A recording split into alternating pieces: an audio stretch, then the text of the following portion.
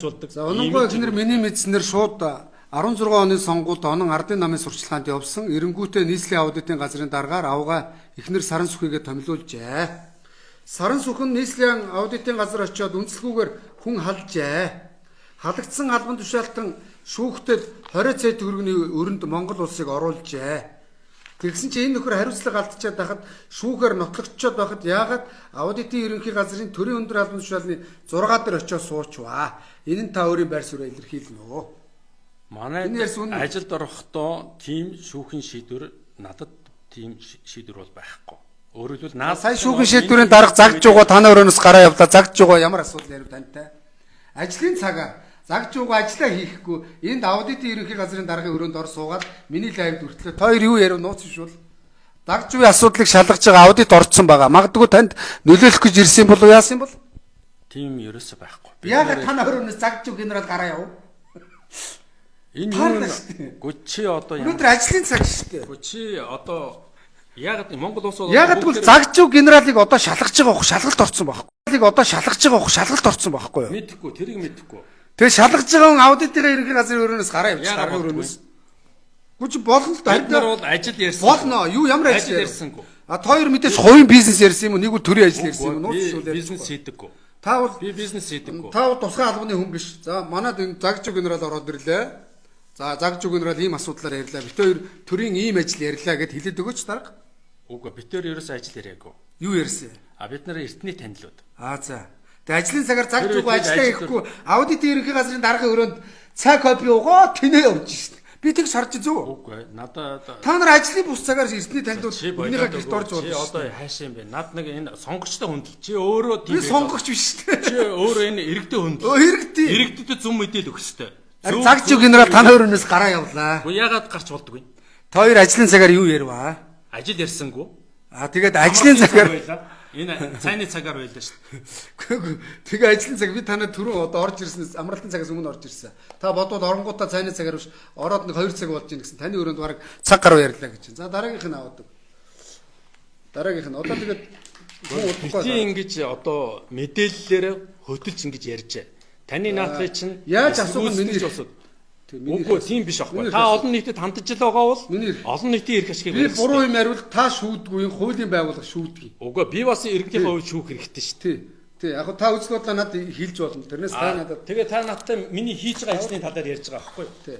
За энэ байна. Хийж байгаа ажлын талаар ярихаараа за яг энэ өөр тохиолдсон кейс. Гэхдээ би өөр тохиолдсон кейсийг хүндлэлтэй хандаад би таныг хүлээж аваад ярилцлагыг чинь хийж байгаа. Яагаад гэвэл танд гэхээсээ илүү энэ олон нийт чинь иргэд чинь би та ингээд асуултгаар за таны талаар ингээд хэвлэл мэдээллээр янз янзын юм яриад байх юм аа. Хэвлэл мэдээлэл гэж ямар хэвлэл мэдээллээр вэ? За ингээд аргаа бараад ингэсэн байна.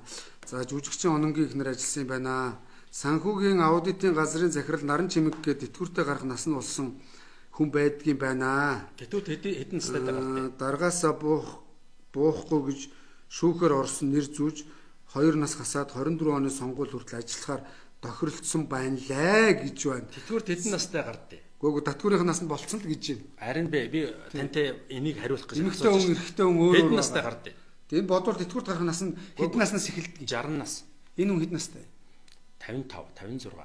Эмэгтэй хүн 50 наснаас нааш нээгддэг ирэх нь 55 та өөрөө хүсвэл гардыг. Энэ хүн өөрөө өсөг байхад байгууллага энэ хүнийг гаргах эрхтэн зохицуулт байхгүй.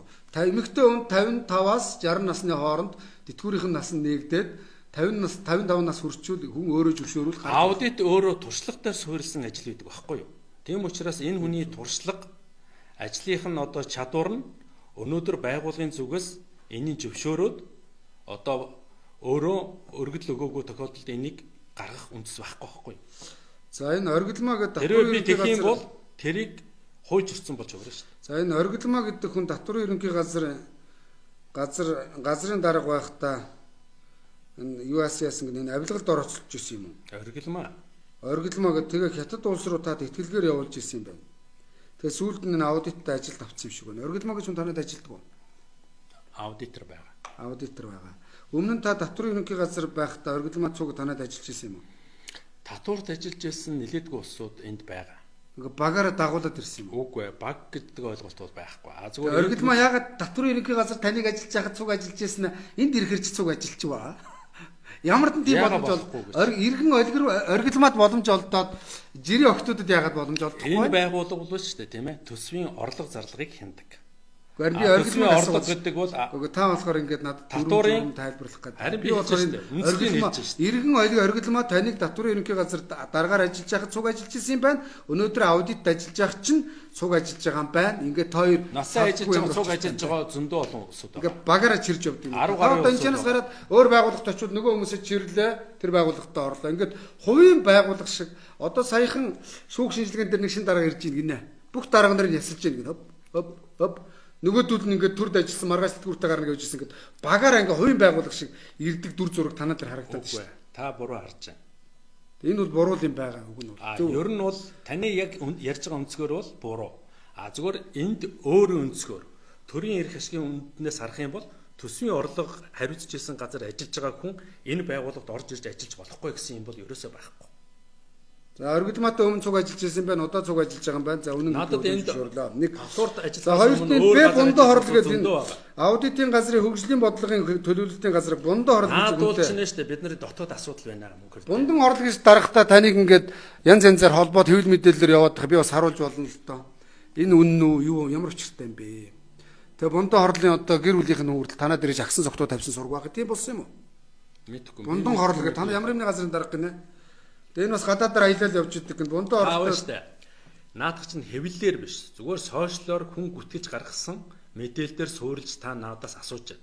Би энэ асуултанд хариулах нь өөрөө нэг тийм одоо зайлшгүй шаардлагатай зүйл биш. За танаа Энэ хитрхи нэг тийм нэг хувь хүний юм руу зориудын гүтгэлээр дайрсан юм дотор би төрийн ажил хийж байгаа хүрээнд та бондоо төрийн хорол ажил гол ярьж хоёр байгаа ягаад ингэж нэр татлаад байгаа юм бэ? Аудит дотор ч битүү ярьж штэ. Тэгээд нотлол тоо тэрийг нотол. Тий. Тэ. Зүгээр энэ Тэр яриад байгаа усууд нь нотол.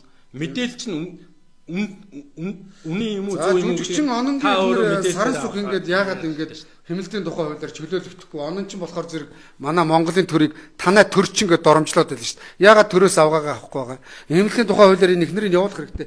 Ихнэр нь тийм мэрэгсэн амар насаараа аудитор хийсэн мундаг хүн үү? Насаараа аудит хийсэн мундаг хүмүүс Монголоор дүүрэн байх. Би таныг мэднэ. Бүгд төрхий хийсэн ажил байхгүй нь хувийн аудит хийгээл явж байгаа. Од тод урлагийн од тод нэг бол даргын цүнх барьсан хүмүүс л дээшээ гараад байгаа.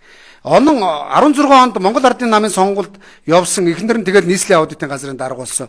Удаачгүй татуулчих. Би ононгийн төрийн 3 өндөрлөгийн нэгэнтэй амар найзг сонссон. Энэ тийм нөлөөлөл байна уу? Энэ нөхөрд. Энэ ононгийн ихнэр саран сүхэд. Тэгээ би одоо энэ саран сүхийг нүрийг харж байгаад асуумаар та дуудуулаад таач. Би аль нэгэн хувийн компаниар зэрэгэлдээ өрөөнд байж байгаа. Та өөрөө орж уулзсан дээр баха. Наадах чинь манай дотоод асуудал